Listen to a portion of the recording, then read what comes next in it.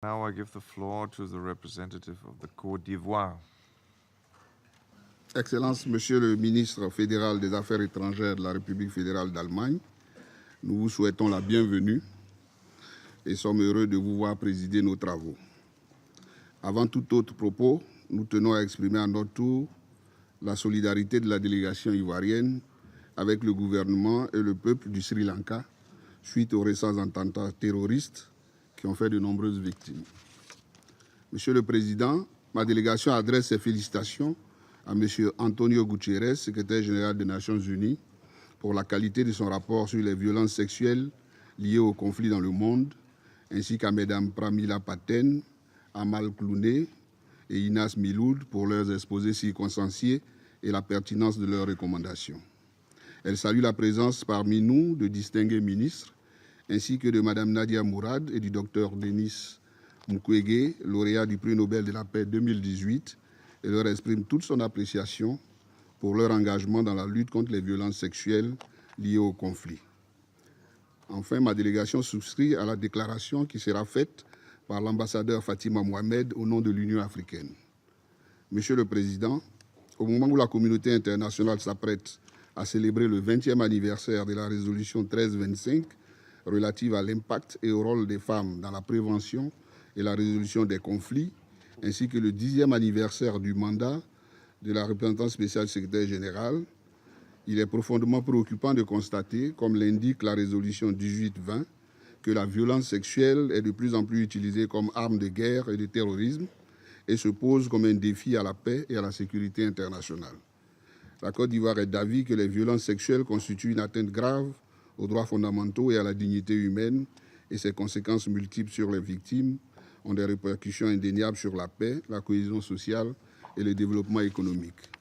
Il est également regrettable de constater que ce phénomène constitue de plus en plus une activité lucrative, comme le relève le rapport S-2019-280 du secrétaire général des Nations Unies. Ainsi, le viol, souvent collectif, l'esclavage sexuel, la prostitution forcée et bien d'autres formes de violences sexuelles alimentent les conflits et le terrorisme.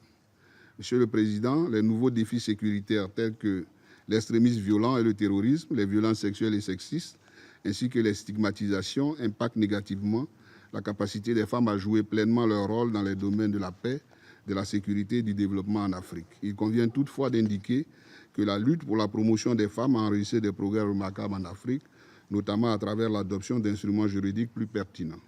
Ainsi, le protocole de Maputo de 2003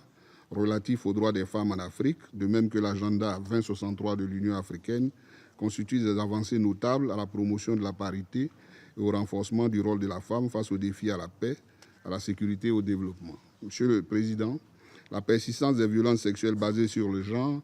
tient moins à l'existence de cadres normatifs qu'à la mise en œuvre effective des sanctions contre des auteurs de crimes sexuels. Aussi, ma délégation estime-t-elle que la reddition de comptes doit, pour ainsi dire, être un des axes majeurs de l'action des États et de la communauté internationale. Il convient à cet effet de renforcer les capacités des institutions judiciaires nationales ainsi que les mécanismes nationaux et internationaux d'identification des auteurs de violences sexuelles lors des conflits, afin qu'ils répondent de leurs actes devant les juridictions compétentes. De même, la présence d'experts chargés des questions relatives aux violences sexuelles au sein de comités de sanctions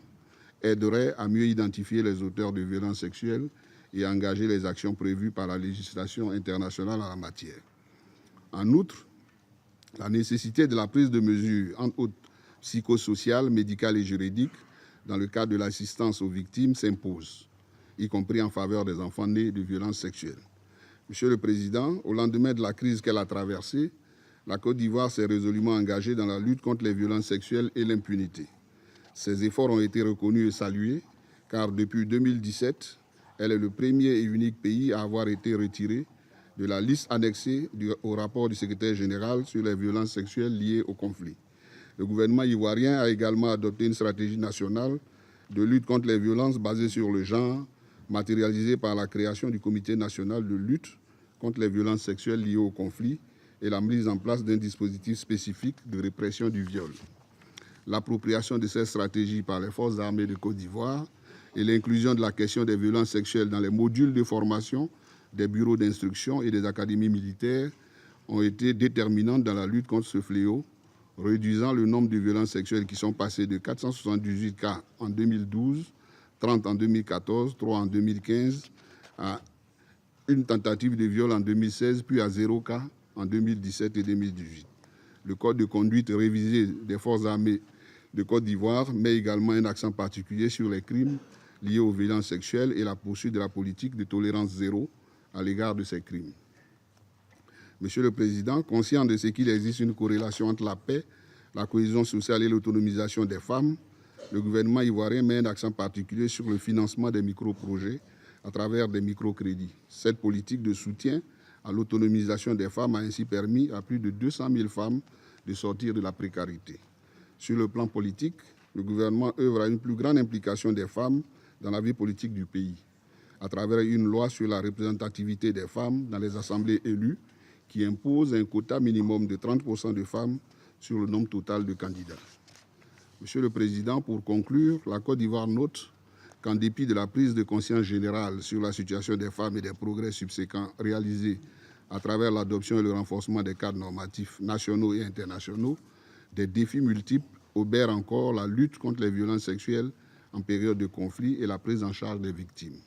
Mon pays voudrait saluer le leadership des Nations Unies, de même que le soutien de ses agences spécialisées, et réaffirmer son engagement constant en faveur de la lutte contre les violences sexuelles basées sur le genre. Je vous remercie.